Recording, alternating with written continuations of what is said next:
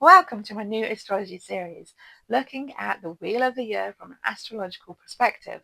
The Wheel of the Year is made up of the 8 pagan espats or sabbats, celebrations that they have throughout the year, the 4 quarters, which are the solstices and the equinoxes, and they are at 0 degrees of cardinal signs, and the 4 cross quarters, which are the in between celebrations, which are at around 15 degrees of the mutable signs.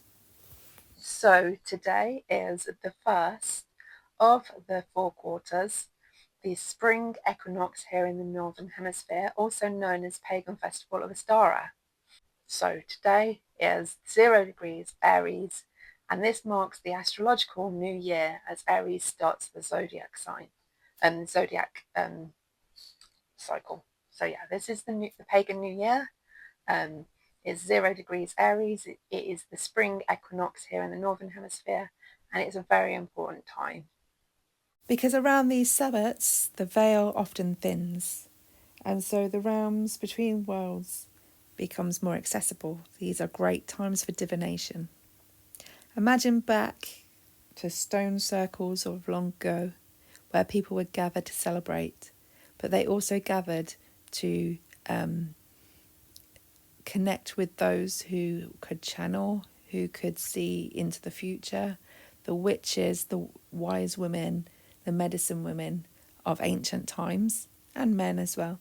They would use astrology, but also divination as other forms of divination to establish what was to come in the season ahead. So let's take a look at the astrological event chart for this special moment of divination to see what the fate of the coming months beholds. Okay, so the sun enters Aries 0 degrees at 9:01 on the 20th of March 2025. And that is here in the UK, so that's GMT, and that's in the morning AM. At that time, the moon will be at 6 degrees of Sagittarius, and this is about overseas travel, expansion of our mindsets, so spiritual growth or beliefs. There's going to be a lot of things going on with this being the 7th house of relationships. So it's about international relationships, peace talks, trade deals, lots of that sort of thing going on. This would suggest, because obviously I've taken the event chart for here in the UK, so this would suggest that there's things going on overseas that could affect us here in England, but it's basically about things going on with overseas relations and that kind of thing, as we know with what's been going on recently. There are suggestions that there could be with the lunar phase. So the lunar phase is the disseminating moon. And the disseminating moon is about letting go, ending the cycles. It's a period of decline and deconstruction of the moon phase. So there could be a suggestion that there's the markets, financial markets and stuff like that will be in decline overseas. There's suggestion that it's time for us spiritually to grow. So it's a case of like thought, like letting go of beliefs that have held us back, realizing that certain things weren't true, what we've been like brought up to believe in, the systems that we've been brought up to believe in, and just like letting things go. Deepening our spiritual connection could be an important use of our time, and then overall trying to remain positive, because Sagittarius is a very positive sign.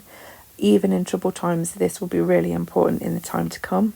Okay, so the sun is up here in the 11th house, which can be about dreams and ambition, like goals, intention setting, our desires, but it can also be about social networks and bigger groups of people. So this can be about internet, social networks, social media. This can be about like just like collective on a whole. So people coming together with the ascendant being in Gemini and Jupiter being quite close to the ascendant. This is a lot of people, and with it being in opposition to over here, it's a case of like this could suggest that there will be a lot of people moving. So it's like immigration, refugees. It might not just be from wars, it could be from, like we still have Uranus here in the 12th house causing havoc. This can bring about endings and all sorts of problems. Uranus and Taurus, as we know, has been causing a lot of like severe weather events, but also earthquakes, volcanic eruptions and stuff like that, as we've seen with is it Santorini, where people have started evacuating the islands because of volcanic activity and earthquakes on their island. So this could suggest more people being displaced, and it could be a lot of people displaced. But this could also suggest things like with Mercury here is communication, with Venus here. So it could suggest that there is a coming together, a communication. So it can be a lot of things like protests, anti-war protests possibly. This can be female rights protests. So female rights and anti-war stuff could be definitely a thing. There could be protests regarding money and finances. So there could be issues with like a banking system, people gathering outside to like withdraw money or something like that could take place during this next quarter of the year. So there is quite a lot going on. There could be because Venus is in retrograde and it's heading back towards the sun as the sun is going forwards to Venus. Let me just see if I can clear this up so you can see a bit clearer. And they're coming together quite quickly because they're both moving towards each other as Venus is in retrograde. So this suggests, and with Mercury in retrograde as well, this suggests there's going to be a lot of sort of backwards and forwards with a leader, with making decisions around things like peace and ceasefires and all different like trade agreements, social media agreements. As we've seen, there was a ban of TikTok, and then there wasn't a ban of TikTok. There was like trade agreements going with like Canada and stuff like that, but then it's like it'll go backwards and forwards. They'll have to have a rethink, and it will then come back around again. So it's those kind of things. I mean, we've already seen it beginning to happen now, but it's going to play out over the next few months. But definitely peace talks with international relations, and this is going to be like a major thing. I mean, will they resolve anything? It's a bit of a issue. I think people are going to start uprising against the leaders themselves, seeing that the leaders themselves are pretty much the problem.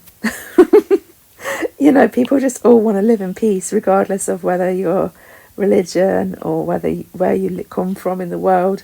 People just want to live their lives, and then you've got these leaders who are just not allowing that to happen.